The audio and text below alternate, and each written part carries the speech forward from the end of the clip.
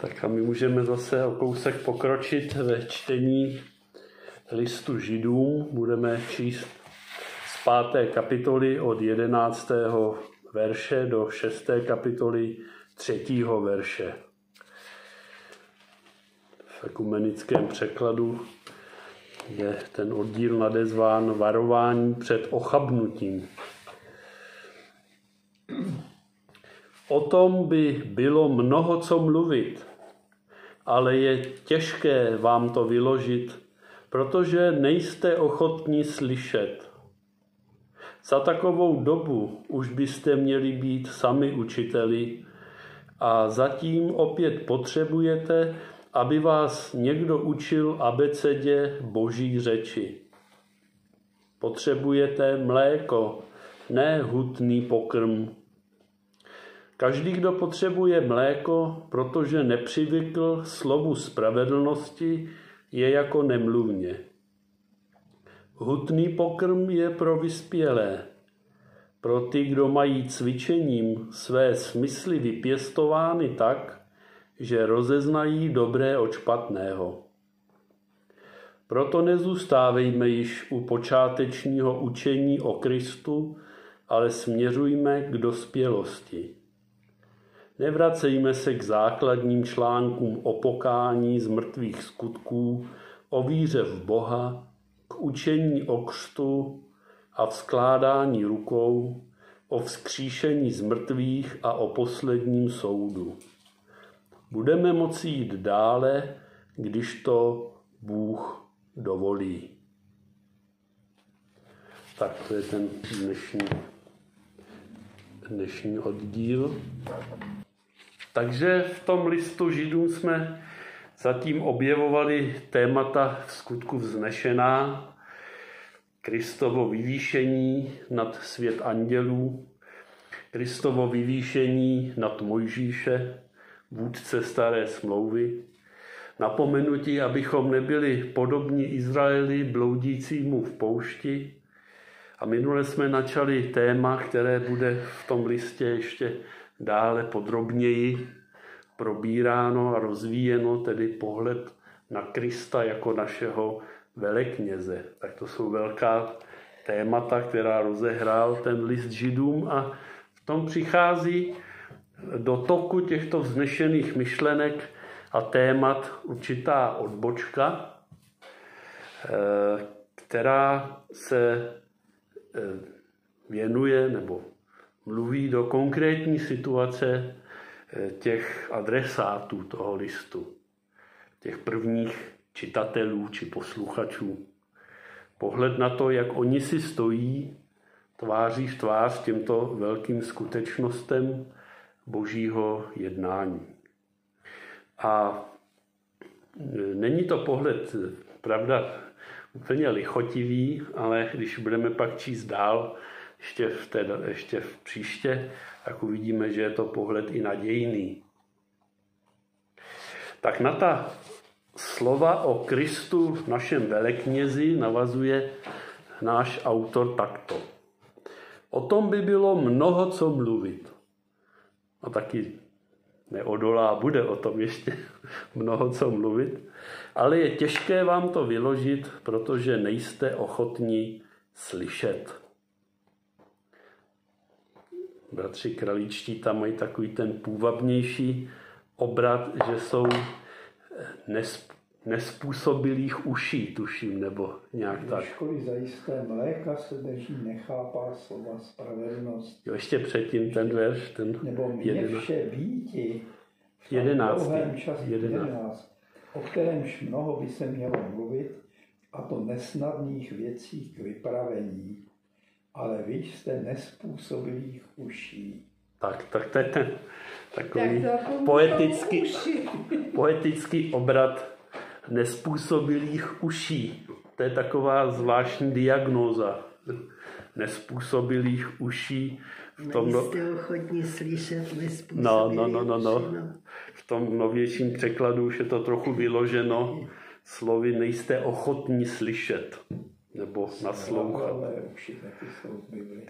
Ty jsou Zase kdo se přichycují těch bludných nauk, že mají ty svrablavé uši zase. Chtějí slyšet jen to, co je jim příjemné.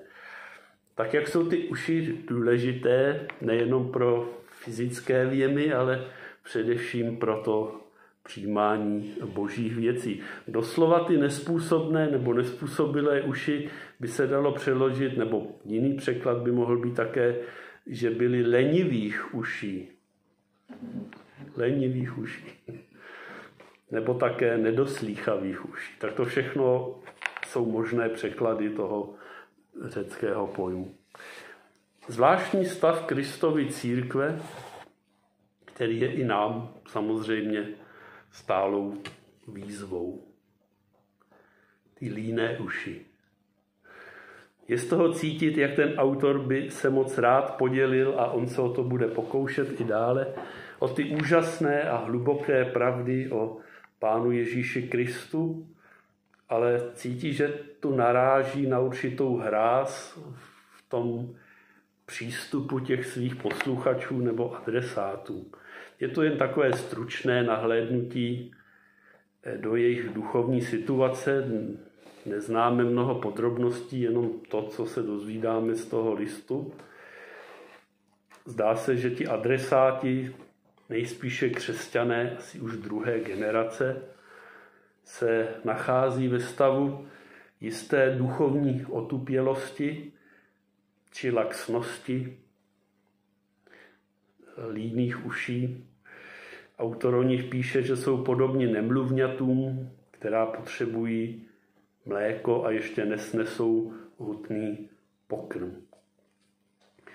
To, co samozřejmě není špatně, pokud se to týká začínajících křesťanů, kteří se teprve seznamují vůbec se základy víry a života s Bohem, není úplně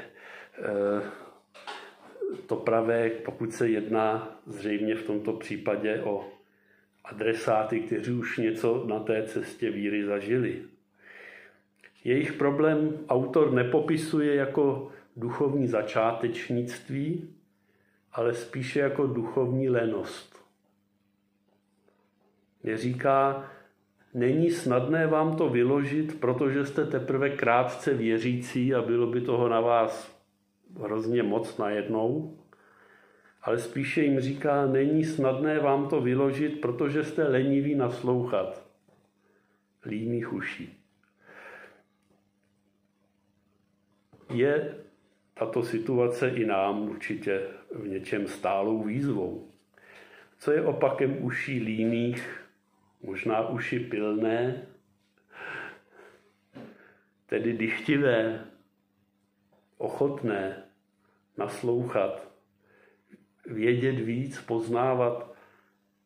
Není to vždycky snadné v životě si takový postoj uchovat, protože do života každého z nás přicházejí různá pokušení a zkoušky, které se nás snaží nějak od toho naslouchání a přemýšlení a žití toho Božího slova odvádět. Ať už je to přezaměstnanost, nebo lenost, nebo přeplněnost věmi a zážitky tohoto světa, únava, skleslost, starost o mnoho věcí a tak dále. Je to zkrátka mnoho, co v nás může docela snadno oslabovat žár dychtivých uší. Pak upadáme do duchovní mdloby a mrákoty. Zdá se, že adresáti našeho listu dospěli ve svém životě s Bohem do určitého stádia poznání, ale jako by jim to stačilo. Jako by necítili potřebu jít dál a směřovat ke zralosti. Možná v něčem podobným byli i křesťané v Korintu, když jim apoštol Pavel píše: Já jsem k vám, bratři, nemohl mluvit jako k těm, kteří mají ducha, nýbrž jako k těm, kteří myslí jen po lidsku, jako k nedospělým v Kristu.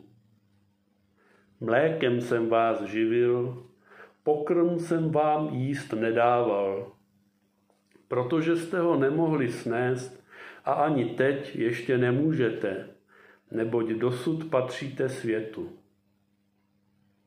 Odkud je mezi vámi závist a svár, ne-li z toho, že patříte světu a žijete jako ostatní lidé. Tak to je podobně nelichotivý obrázek, sonda do života těch prvních sborů, ale je to tam, ten obraz té rané církve nám není podáván v nějaké idealizované podobě. Asi nikdy neexistoval nějaký andělský, rajský stav církve. Od samého začátku křesťané zápasili s různými vlivy. Pavel krmil Korinťany mlékem, protože pokrm by nesnesli. V tom našem textu čteme o tom, že adresáti stále potřebují mléko a nikoli hutný pokrm. Není to úplně biblický vynález, tady ten obraz toho dítěte a dospělého, mléka a hutné stravy. I soudobí filozofové okolního světa tento příměr používali. Vztahovali ho na filozofii ovšem spíše než na boží cesty, ale je to obraz asi srozumitelný. Mléko náš autor identifikuje jako v ekumenickém překladu abecedu boží řeči, doslova počáteční prvky výroků božích. Počáteční prvky výroků božích, což ekumenický překlad tak zase hezky možná nějak vykládá jako abecedu boží řeči, takové ty základní poznatky o Bohu. Počáteční prvky, základy jsou jistě důležité a nezbytné, protože tvoří základ, na kterém stojíme a na kterém stavíme.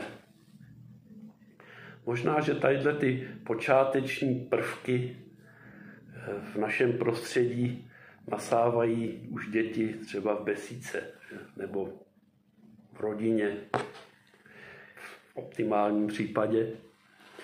Ale je možné zjevně na nich také ustrnout. Nevím, jak konkrétně úplně se to projevovalo v životě těch adresátů listu Židům, to se tam úplně nepíše, ale je možné, že se to projevovalo nějakou duchovní liknavostí, sebeuspokojením, ztrátou touhy dále Pána Boha více poznávat, ty boží cesty, určitou možná i mělkostí jejich víry a poznání. A ti, kteří už za tu dobu své víry, tam ten autor předpokládá, že už je nějaká delší doba, kdy oni jsou křesťany, že za tu dobu už by sami měli být na té úrovni, kdy by mohli posilovat a povzbuzovat druhé, možná ještě ty mladší ve víře, zatímco sami potřebují utvrzovat v základech svého křesťanského života. V církvi jistě vždycky byli a jsou lidé na různém stupni poznání a křesťanské zralosti. To tak je a je to docela přirozené. Poukazuje na to patrně i apoštol Jan v prvním listě, když v církvi rozlišuje děti, mládence a otce.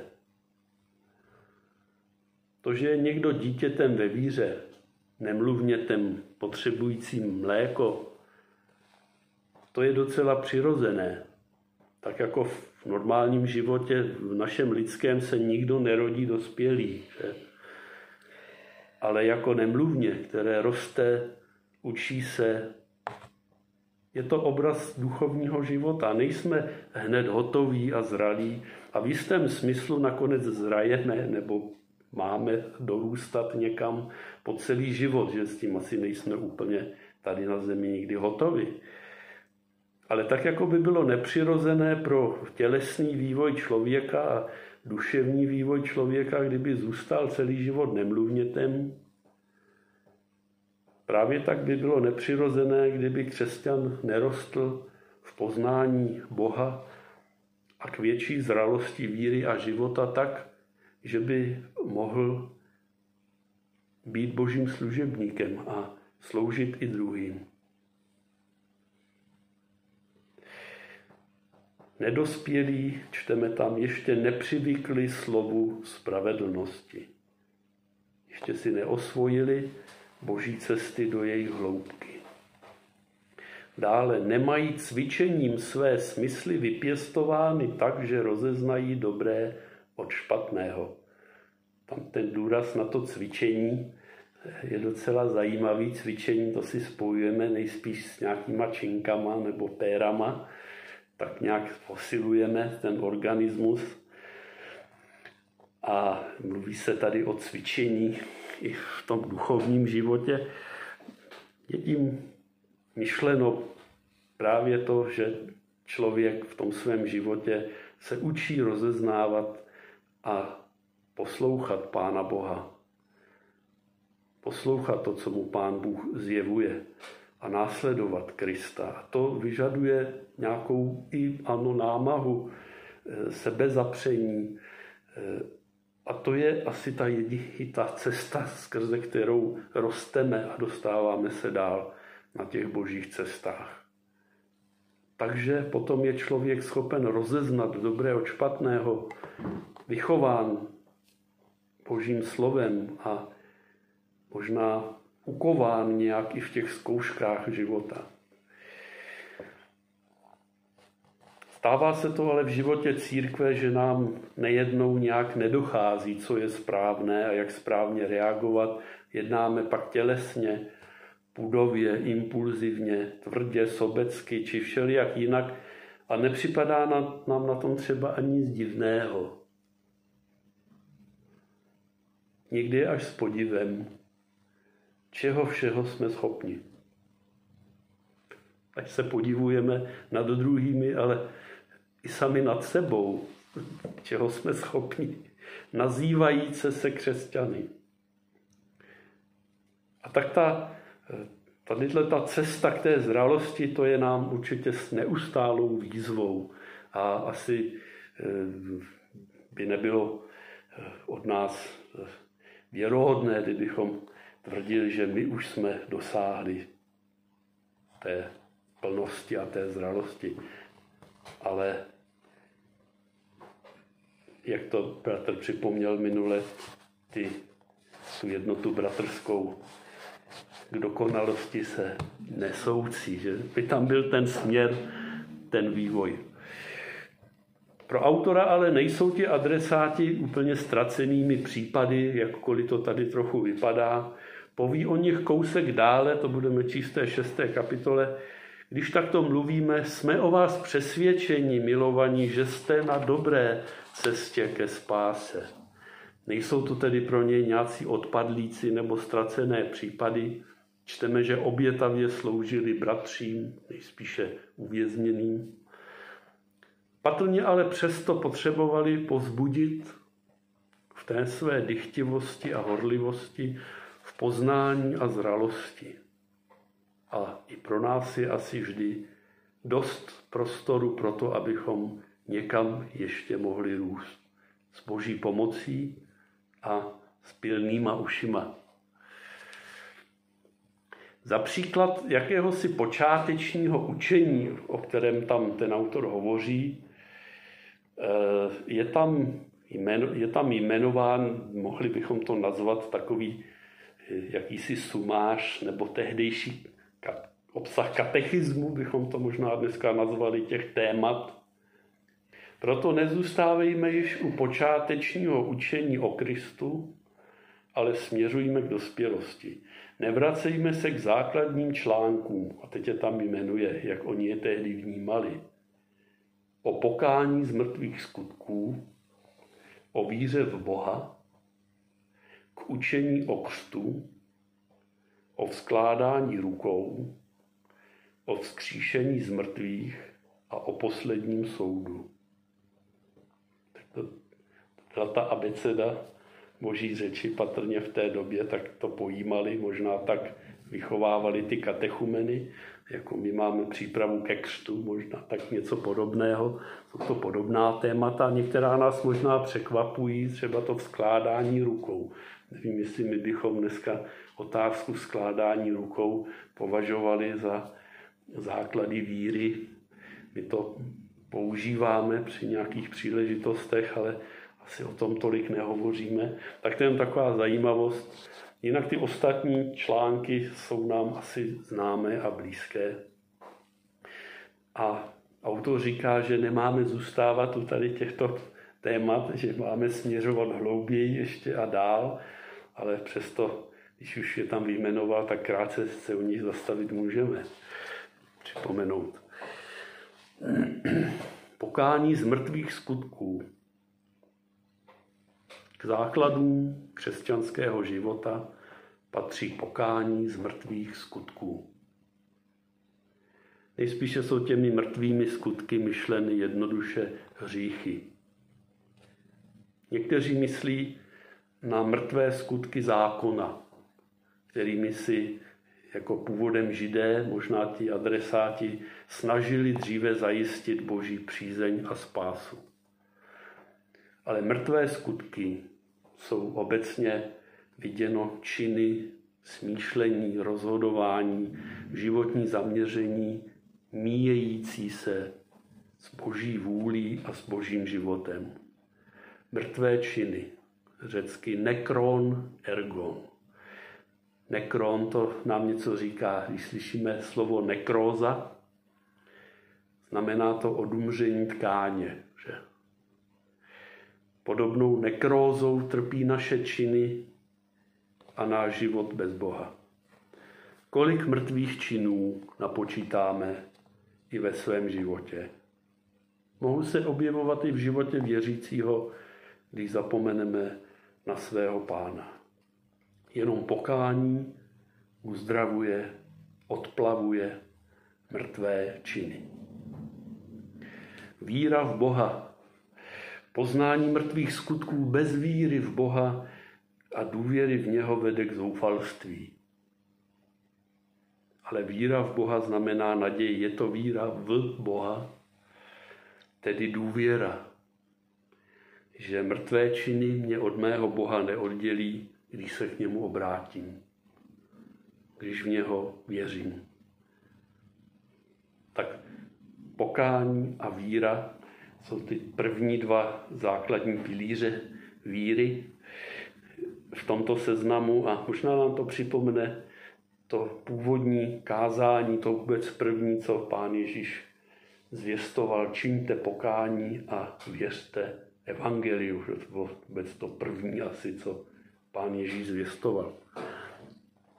Dále následuje učení o křtu. Je zajímavé, že původní text mluví v množném čísle. Mluví o křtu učení. Proč to množné číslo? Čtenáři patrně vycházeli ze židovství, anebo s ním byli dobře obeznámeni. A víme, že v židovství se praktikovaly různé očistné obřady a koupele, při kterých se lidé omývali vodou rituálně, že mělo to náboženský nějaký význam. Nakonec i proselité, kteří se připojovali k Izraeli, procházeli jakýmsi křtem také, kromě obřízky, že tedy jakousi koupelí. Pak tady byl zvláštní křest Janův, Jana Křtitele, že když v poušti u Jordánu začal křtít ty, kdo činili pokání a orientoval je na příchod Mesiáše. A o tom, že v otázce křtů asi mezi těmi prvními křesťany mohl panovat i určitý zmatek, svědčí i zkušenost apoštola Pavla, který přišel do Efezu a setkal se tam s nějakými učedníky, zřejmě nedostatečně právě obeznámenými s křesťanskými skutečnostmi. Tak já to jenom přečtu. Pavel prošel hornatým vnitrozemím a přišel do Efezu. Tam se setkal s nějakými učedníky. Zeptal se jich, když jste uvěřili, přijali jste Ducha Svatého? Odpověděli mu, vůbec jsme neslyšeli, že byl seslán Duch Svatý. Pavel řekl, a jakým křtem jste tedy byli pokřtěni?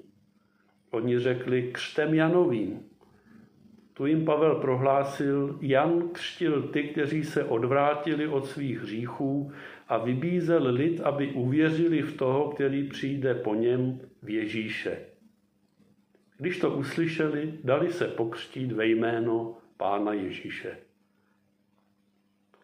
Jakmile na ně Pavel vložil ruce, sestoupil na ně Duch Svatý a oni mluvili v prorockém vytržení. Tady už teda máme i příklad toho vkládání rukou. Těch mužů bylo asi 12. No dnes mluvíme o křtu v jednotném čísle, že? Protože se nám nezaměňuje ten křest za nějaký jiný v dnešní době už.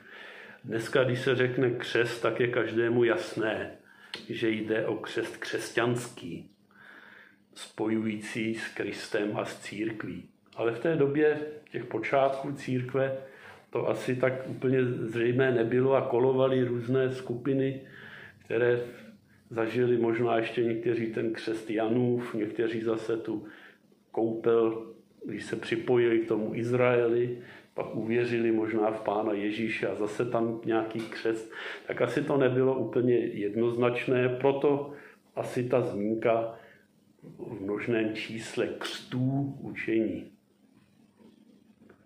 Tak ta voda se nám spustila i venku.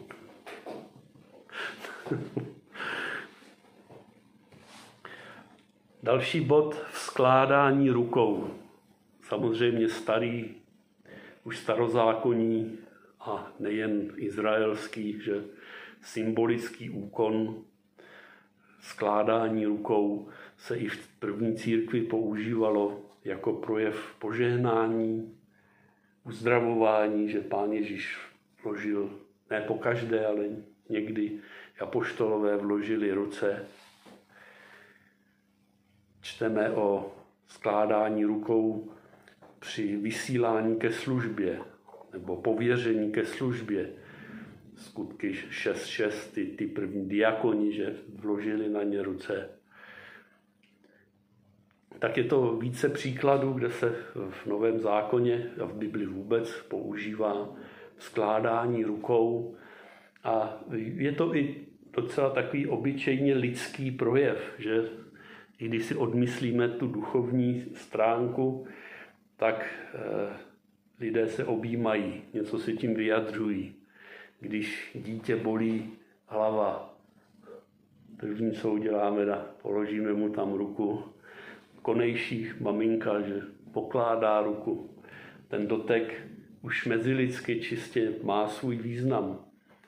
A v tom duchovním slova smyslu tu nesmíme to chápat jako nějaký magický úkon, že když správně na někoho vložíme ruce a vyslovíme nějakou správnou formuli, tak prostě nějaká energie se vyšle, tak to magicky asi to není nikdy myšleno, ale přesto to svůj význam má.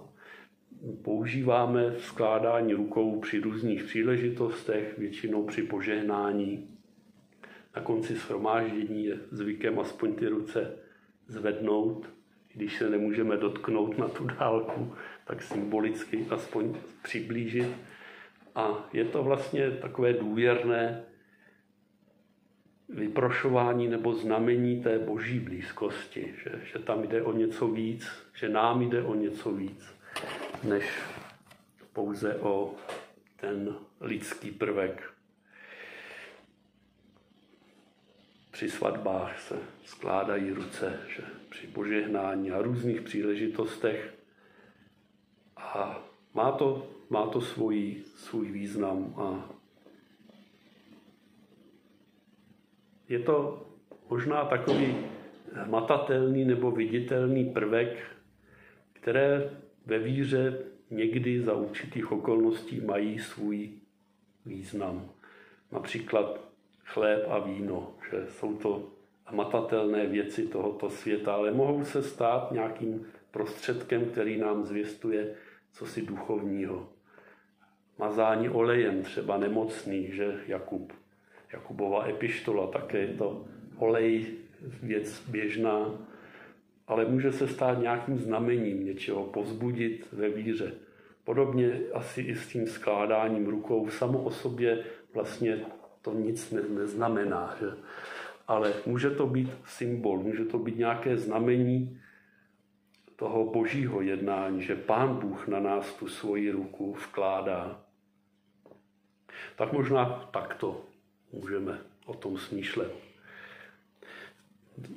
Ještě jsou tam dva prvky, které jsou tam jmenovány jako ty základní prvky víry.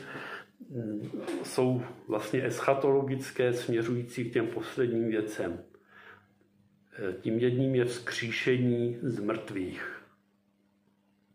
Vzkříšení z mrtvých patří k jádru křesťanské naděje. Bez tělesného vzkříšení by lidská existence zůstávala neúplnou. Bible nevidí jako ideál čistě duchovou existenci člověka.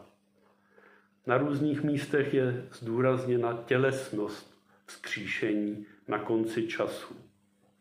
To, co starým platonikům a gnostikům připadalo nepatřičné a hledali spásu naopak v úniku z těla a hmotného světa, k tomu se Bible nakonec hrdě hlásí. Těla z mrtvých vzkříšení.